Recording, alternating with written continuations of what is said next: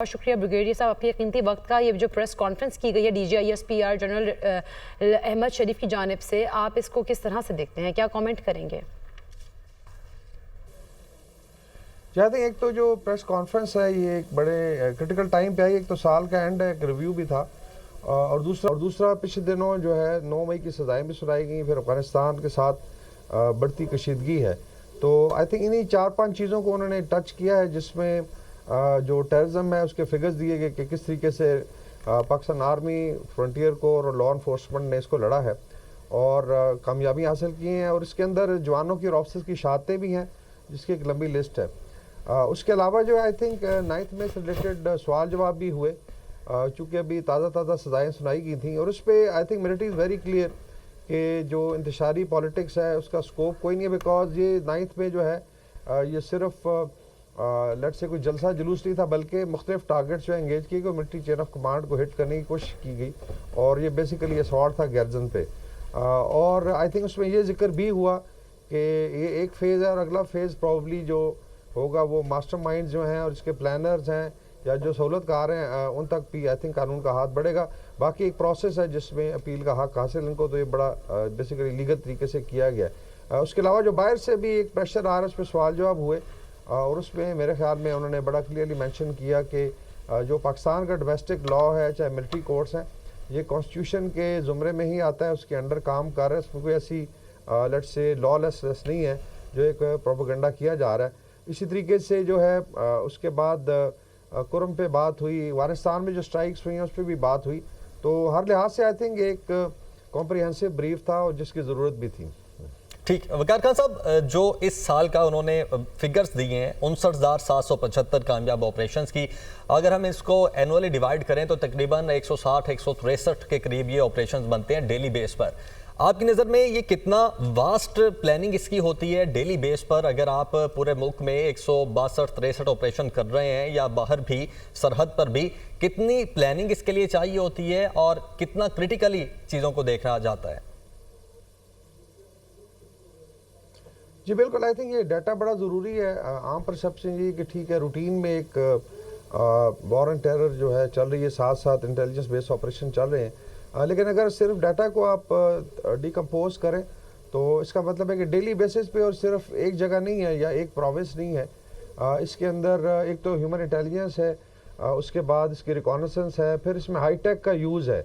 जिस टाइम अफगानिस्तान में जो स्ट्राइक हुई है इसमें स्टैंड ऑफ वेपन सिस्टम इस्तेमाल किए गए और इसी तरीके से बलूचिस्तान में जो दहशतगर्द तंजीमें हैं या खैबर पख्तूनख्वा में जो क्रॉस द बॉर्डर, इसके अंदर सर्वेलेंस सिस्टम्स हैं।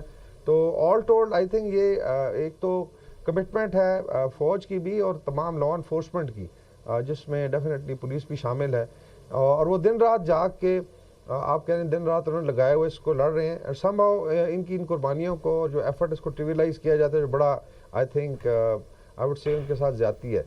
तो मेरे ख्याल में ये कॉम्प्रिहेंसिव स्ट्रेटजी है और ये आपने देखा कि अज़्म इस्तेकाम जो स्ट्रेटजी है जब से उसकी अनाउंसमेंट हुई और एक कंटिन्यूशन ऑफ पॉलिसी है। बिकॉज टेररिज्म का आई थिंक आज भी जिक्र हुआ कि जो है बेसिकली इसके लिए हमारी रेड लाइन है कि लास्ट टेररिस्ट तक इंशाल्लाह लड़ा जाएगा। पाकिस्तान के अंदर कैपेसिटी भी है, पाकिस्तान के अंदर सलाहियत भी है और विल भी है और ये मेरे ख्याल में भी अवाम भी बड़ी क्लियर है, इस नासूर को जड़ से ख़त्म किया जाएगा। मेरे ख्याल में नेक्स्ट 6 मंथ्स बहुत क्रूशल है, इसमें एक आई वुड से एक बड़ा मार्का होगा।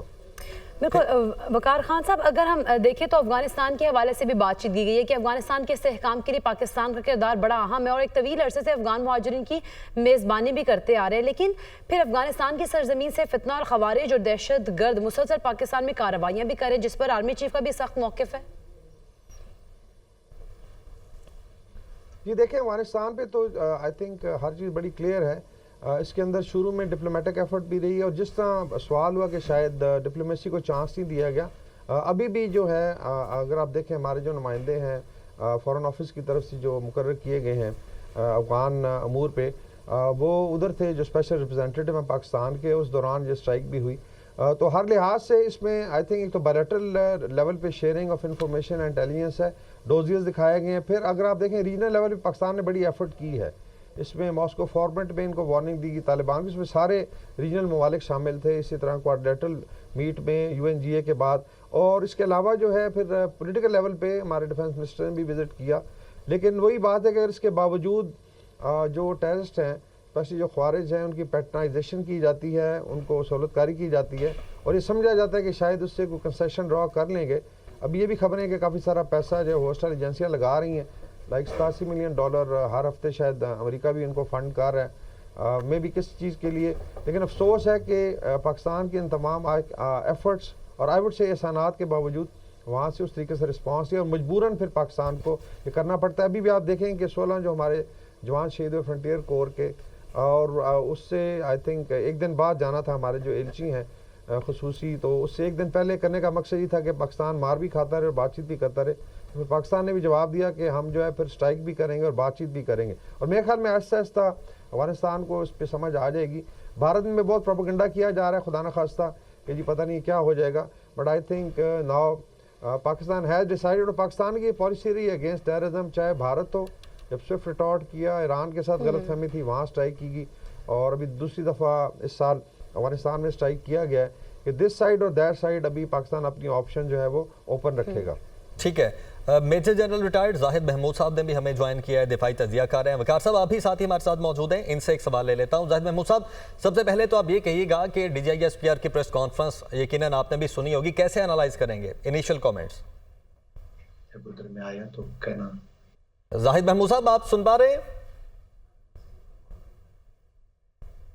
जाहिद महमूद साहब गालिबन नहीं सुन पा रहे हैं। ब्रिगेडियर रिटायर्ड वकार साहब हमारे साथ मौजूद हैं। वकार साहब आप ये बताइएगा, जिस तरह से 9 मई के हवाले से सवाल और जवाब भी हुए, जो पहला पोर्शन था बाकायदा तौर पर प्रेस कॉन्फ्रेंस का, उसमें DGISPR ने खुद तो 9 मई के हवाले से कोई बात नहीं की, यानी कि हम ये कह सकते हैं कि इनिशली उनका यही इरादा था कि सिर्फ और सिर्फ जो 2024 में ऑपरेशंस किए गए हैं या जो शहादतें हुई हैं उन पर बात की जाए। उनका अपना इरादा नहीं था, लेकिन जब सवाल जवाब हुए सहाफ़ियों की जानिब थे तो फिर उन्होंने 9 मई के हवाले से बात की या शरपसंदों के हवाले से बात की, सियासी शरपसंदों की। जी आई थिंक चूँकि ये एक बिल्कुल रिसेंट हैपनिंग है या इवेंट था, जो डिसीजंस आए हैं, तो उसमें लाइकली था कि जो सावधार सहाफ़ी हमारे जितने भी कॉरेस्पॉन्डेंट्स हैं मुख्तलिफ चैनल्स के और अखबारात के वहाँ पे मौजूद थे, और डेफिनेटली एक्सपेक्टेड था कि क्वेश्चन होगा। बाय एंड लार्ज उन्होंने ज़्यादा फोकस किया था आई थिंक 3-4 चीज़ों पे। एक तो टेररिज्म पे था, उसके अलावा जो है दोनों सरहदों का, चाहे वो लाइन ऑफ कंट्रोल है, चाहे अफगानिस्तान वाली साइड है, उसके बाद जो इंटरनल सक्सेसेस मिली हैं, इसके अलावा फिर जो पाकिस्तान आर्मी की और मिलिट्री की आप कह लें कि कंट्रीब्यूशन है within the preview of civil government, जहाँ पे इनको कहा गया कि पाकिस्तान की सोशो इकनॉमिक अपलिफ्ट के लिए जो जो काम किए हैं। फिर ट्रेनिंग पे भी बात हुई, और इसके अंदर आई थिंक काफ़ी सारी जो हमारे दोस्त ममालिक और आप कह लें एलाइज के साथ ट्रेनिंग्स हुई हैं, और उसमें अमेरिका भी है, उसमें रशिया भी है, चाइना भी है, फिर मिडल ईस्टर्न कंट्री हैं, सऊदी अरेबिया है, फिर नेवल एक्सरसाइजेज हैं। तो ज़्यादा फोकस इस चीज़ पे रहा, और डेफिनेटली जो बीच में सवालात जब हुए, सावधान है जब इतना बड़ा फोरम हो और एक नया एक बिल्कुल रिसेंट इवेंट हुआ तो एक्सपेक्टेड था, तो फिर आई थिंक उसका उन्होंने रिस्पांस दिया है, और ये मेरे ख्याल एक बनता भी था, बिकॉज अभी कल परसों तो उसकी अनाउंसमेंट्स हुई हैं, तो इट वाज एक्सपेक्टेड कि इसके ऊपर सवालात आएंगे। अच्छा वकार साहब, ये भी बात उन्होंने की है कि सियासतदानों के दरमियान जो मुज़ाकरात हैं उन्हें भी उन्होंने खुशाइंद करार दिया, इस पर क्या कमेंट करेंगे आप?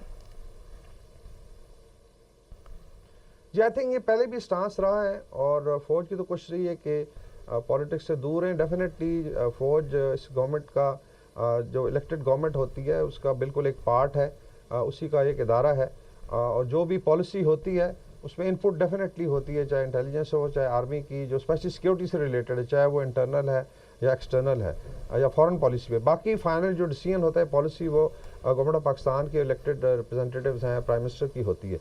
तो इसमें आई थिंक ये अच्छी बात है कि अभी जो मुज़ाकरात हो रहे हैं उस पर भी एक पॉजिटिव उनकी तरफ से था, नोट भी था, और उसमें जो आई थिंक अल्टीमेटली जो सोल्यूशन है पाकिस्तान का, जो सियासी आप कह लें कॉम्प्लेक्सिटी है, वो इसी में है। और इससे पहले भी पार्टियों ने किया है, चाहे वो मिसाक जमहूरियत था, आई थिंक 2 बिल्कुल अपोजिंग पोल थे, पीपल्स पार्टी और Noon League, finally they reach a consensus. 73 का कॉन्स्टिट्यूशन है, 18th अमेंडमेंट है, उसके बाद 26th अमेंडमेंट है। तो मेरे ख्याल में ये खुशाइंद है कि सियासी पार्टियाँ सियासी मसलों का हल निकालें।